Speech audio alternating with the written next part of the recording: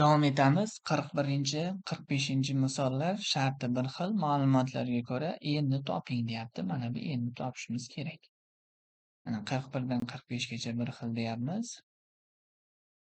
44 ni ko'ramiz. Mana qarang, 44 da A7 berilgan 8 ga teng, A8 7 ga teng, AN -10 ga teng. D ni topsam A8 dan A7 ni ayirib -1 ga teng. A7 ni yo'yaman. A7 teng A1 + 6D. O'rniga qo'yib A1 ni topsam 14 ga teng. O'rinlariga qo'yib yuboraman. A ni o'rniga -10, A1 ni o'rniga 14, D ni o'rniga -1. Shu yerda n ni topsam -24 barobar -n + 1. -n teng -25 yoki n teng 25 ga. Mana javobimiz tayyor. Qaytaraman. 41 dan 45 gacha savol tipi bir xil. 46, 47, 48 lar bir xil. Mana qarang, 47 ni ko'ra qolaylik. Arifmet birikishdan ikkinchi hadi A2 5 ga teng, A4 9 ga teng, 8-chi hadni so'rayapti mendan. Shunaqa qilib har doim shu ikkitalik nima beriladigan bo'lsa, bularni bilingki, A1 orqali yoyish kerak va A1 ni topish kerak. A2 ni yoyaman. A1 + D barobar 5 ga. A4 ni yoyaman. A1 + 3D barobar 9 ga. Mana sistema. Kim sistemani yechishni bilsa, buni yesha oladi. Ayrilgan -2 D teng -4 ga, D 2 ga teng. Mana o'rniga qo'ysam A1 3 ga tengligi kelib qoladi. Mendan A8 ni so'ragan. A1 + 7D. A1 3 ga teng, 7 ko'paygan 2 ga 14, 17. Mana so'ragan narsasi 17 ga teng. Demak, 48 ham shunaqa ayirmani so'ragan. 49 ham mana 7-chi had 18 ga, 3-chi had 6 ga teng, 12-chi hadini toping. Hozirgidek ishlanadi. 50 6-chi va 4-chi hadlar yig'indisi 18 ga teng, 3-chi, 5-chi hadlar yig'indisi 16 ga teng. Birinchi hadini toping deyapti. Bu ham sistema bo'ladi. 51 ham shunaqa. 52 sal boshqacha ekan. Mayli 52 ni ko'rsataman. 52 ni ko'rsataman. E'tibor berib tursangiz, demak, mana 50. 3-chi hadi 5 ga teng. A3 5 ga teng ekan. 6-chi hadi 11 ga teng. N'inchi hadni so'rayapti. N'inchi had uchun ham menga A1 D kerak. Demak, mana bularni sistema qilaman. A1 + 2 D 5 ga teng. A1 + 6 D 11 ga teng. Ayirib yuborsam -3 D teng -6 ga. D 2 ga teng. O'rniga qo'yib yuborsam A1 1 ga teng. Formulani yozaman. A1 + n-1 ko'paygan D ga. Mana A1 1 ga, n-1 ko'paygan D 2 ga. 1 + 2n-2 yoki 2n-1 ga degan javob bo'ladi. Umumiy had formulasi. Xo'sh, 54 ham shunaqa sistema qilinadi. Hech muammo joyi yo'q. 55 ham shunaqa sistema qilinadi. Sistema qilib topsak bo'ldi.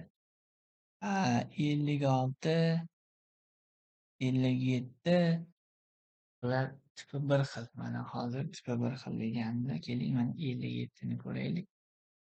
Shu yerda bitta yaxshigina formula keltirib o'tib ketaman. Mana bu ikkovini yig'indisi 75 ga teng bo'lsa, bu ikkovini yig'indisi nechiga teng deyapti. Qarang, mana indekslardagi sonlar. Mana buniki 20, buniki 12. Ikkovini qo'shsak 32. Bu ikkovinikini qo'shing qani tengmi? Ikkovini qo'shsak 32 tengmi? Demak, bu ham 75 ga teng bo'ladi. Xossa deylik, formula deylik. AN ga AM ni qo'shsak, AP ga AQ ni qo'shganimga teng bo'ladi. Qachonki N ga M ni qo'shganim, P ga Q ni qo'shganimga teng bo'lsa, mana formula o'rinli. Mana shu formula o'rinli bo'ladi. 58 da ham shu ishlaydi. 59 da bu ishlamay qolar ekan. 59 da bu ishlamay qolar ekan. Lekin 59 da ham ishlatsak bo'ladi. Mana bu formula ham o'rinli. Mana qarang, 4 ga 8 ni qo'shsam, demak 12. Mana 1 ga 11 ni qo'shsam 12. Bu ikkovi 12ligi bor. 6ligi yo'q. 6ligini bunday olib kelsak bo'ladi. A4 ga A8 ni qo'shib 2 ga bo'lsam, A6 keladi. Nega? 4 ga 8 ni qo'shib 2 ga bo'lsam 6 bo'ladi-ku. Xuddi shunday. Demak, mana bu A6 6 ga teng ekan. Demak, bu 12 plus 6 18 ga teng bo'ladi. Javobimiz tayyor.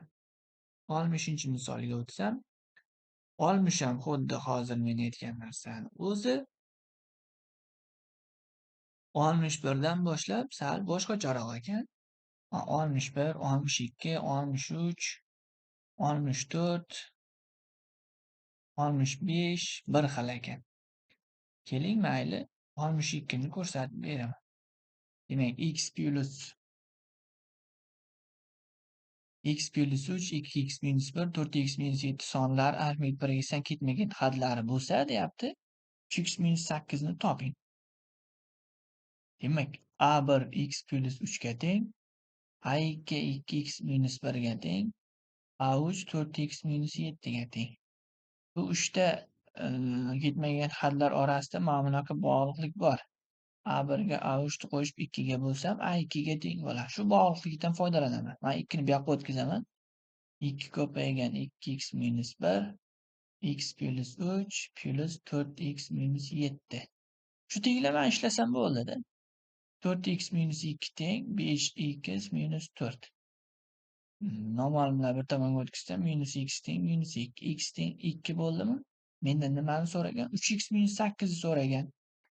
3 ko'paygan 2 minus 8, 6 minus 8 teng minus 2 ga. Mana javob tayyor. Qaytaraman. Qolganlari ham shunaqa ishlanadi. 65 gacha bir xil.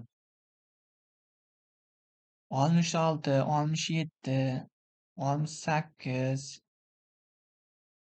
71 gacha bir xil. Keling, qaydaraman. 66 dan 71 gacha bir xil. 66 ni 68 ni ko'rsatib bering. 3 va 52 sonlar orasiga 6 ta shunday son joylashtirildiki, natijada arifmetik birikni tashkil qiluvchi sonlar qatori hosil bo'ldi. Hosil bo'lgan progressiyaning 4-hadini toping. Hosil bo'lgan progressiyaning 4-hadini toping. Qarang, 6 ta son joylashtirildi. Mana bu 2 ta son bilan nechta bo'ladi? 8 ta bo'ladi.